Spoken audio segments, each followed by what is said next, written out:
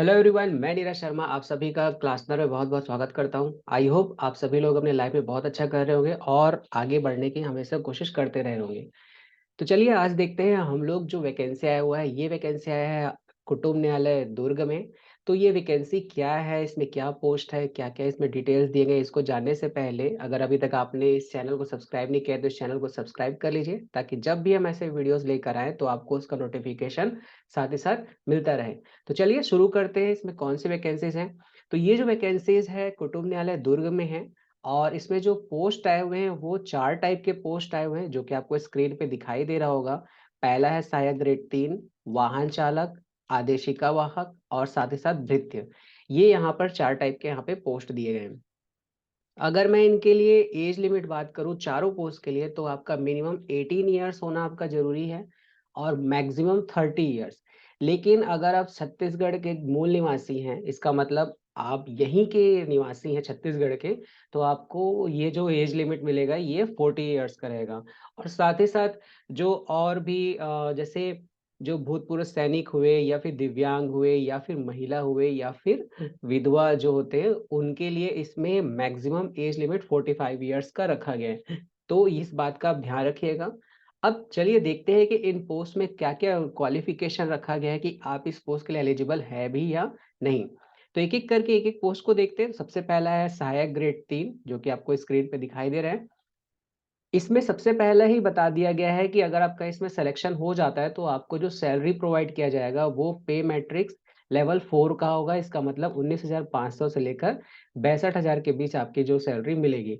और इसमें जो क्वालिफिकेशन रखा गया है वो है 40% मिनिमम, और जो 45% जो है ये मिनिमम। इसका मतलब है जो आरक्षित वर्ग है उनके लिए 40%, और जो अनारक्षित इसका मतलब जनरल कैटेगरी के जो स्टूडेंट हैं उनके लिए 45% मिनिमम स्नातक में प्राप्त होना जरूरी है। इसका मतलब ग्रेजुएट होना जरूरी है। इसके साथ साथ आपको कोई भी कंप्यूटर कोर्स किया होना जरूरी है। इसका मतलब डीसीए, या फिर अगर आप कोई भी और आपने पढ़ाई किया, ये पीजीडीसीए हुआ या फिर आप बीसीए किए हुए, तो भी ये इसमें मान्यता देते हैं। इसके साथ साथ यहाँ पर जो है हिंदी टाइपिंग आपकी अच्छी होनी चाहिए, और ये 5,000 की डिप्रेशन पर आवर होना चाहिए। और इसके लिए आपका एक कौशल परीक्षा होगा, ध्यान रखिएगा। अब देखते हैं जो दूसरा पोस्ट है वो क्या है।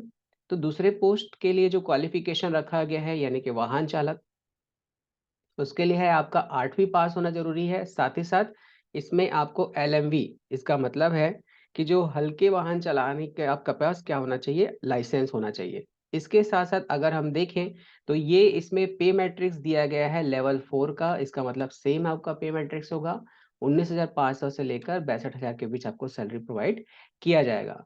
अब इसमें एक बात ध्यान रखिएगा, यहाँ पर ये लिखा हुआ है कि अगर आप जो है अनुभव रखते हैं तो आपको एक प्राथमिकता दी जाएगी। इसका मतलब ये नहीं है कि अगर आप फ्रेशर हैं तब इसमें अप्लाई नहीं कर सकते, बिल्कुल अप्लाई कर सकते हैं। और अगर आप एलिजिबल हो जाते हैं, इसका मतलब आप इसमें क्वालिफाई हो जाते हैं, तो आपका सिलेक्शन यहाँ पर होगा, पर अनुभवी को यहाँ पर प्राथमिकता दिया जाएगा। अब देखते हैं आदेशिका वाहक के लिए क्या इसमें क्वालिफिकेशन रखा गया है। तो यहाँ पर आपका 8वीं पास होना जरूरी है, सेवा के कार्य करने का अनुभव होना चाहिए। और इसमें पे मैट्रिक्स जो होगा वो आपका लेवल 3 का होगा। इसका मतलब 18,000 से लेकर 56,900 के बीच में आपको सैलरी प्रोवाइड किया जाएगा। और जो अंतिम जो पोस्ट है उसके लिए क्वालिफिकेशन देख लेते हैं। तो ये जो क्वालिफिकेशन है वो है भृत्य के लिए, और इसमें सिर्फ 5वीं पास होना जरूरी है। अगर आप 5वीं पास होते हैं तो इसमें आप अप्लाई कर सकते हैं। जो पे मैट्रिक्स आप देख सकते हैं, 15,600 से लेकर 49,400 के बीच आपको पे मैट्रिक्स प्रोवाइड किया जाएगा। इस पोस्ट में आप ध्यान दीजिएगा कि 12वीं से अधिक योग्यताधारी अभ्यर्थियों के आवेदन को पुनर्विचार नहीं किया जाएगा। कि अगर आप ग्रेजुएट हैं, तो अगर आप ग्रेजुएट हैं और इस पे आप अप्लाई करते हैं तो आपको इसमें विचार ही नहीं किया जाएगा। इसका मतलब सिर्फ 12वीं पास होने वाले ही कैंडिडेट इसमें अप्लाई कर सकते हैं, और बाकी लोगों को निरस्त कर दिया जाएगा। इस बात का ध्यान रखिएगा। साथ ही साथ अगर आप देख सकते हैं कि अगर आपको ड्राइवर का काम आता है, कुक का काम आता है, ये का काम आता है, सब अगर ये सब बढ़ई वगैरह का काम आता है तो भी आप जो है इसमें आपको एक प्राथमिकता दिया जाएगा। इस बात का आप ध्यान रखिएगा। अब देखते हैं कि आखिर इसमें आप अप्लाई कैसे करेंगे। एज लिमिट तो मैंने पहले ही बता दिया है। अप्लाई करने का जो तरीका है वो बड़ा डिफरेंट है, ये आप ध्यान रखिएगा। ये है आपका कि आपको ऑफ़लाइन तरीके से इसमें अप्लाई करना है और ऑफ़लाइन तरीके से अप्लाई करने के लिए आप सारे डॉक्यूमेंट को अटैच करना है। साथ ही साथ एप्लीकेशन जो इसी पीडीएफ में आपको मिल जाएगा उसको फ़िल करना है और ध्यान रखिएगा कि इससे आपको पोस्ट नहीं करना है, इससे आपको कुटुंब न्यायालय दुर्ग के कार्यालय में जाना है। वहाँ के ड्रॉप बॉक्स वहाँ पर रखा हुआ होगा, वहाँ पर आपको इसे डालना है। ध्यान रखिएगा, ना तो आपको स्पीड पोस्ट करना है, ना आपको रजिस्ट्री करना है, कुछ नहीं, डायरेक्ट जाकर आपको उस ड्रॉप बॉक्स में डालना है। यहाँ पर साफ-साफ लिखा है कि इसके अलावा आपको किसी भी तरीके से नहीं देना है।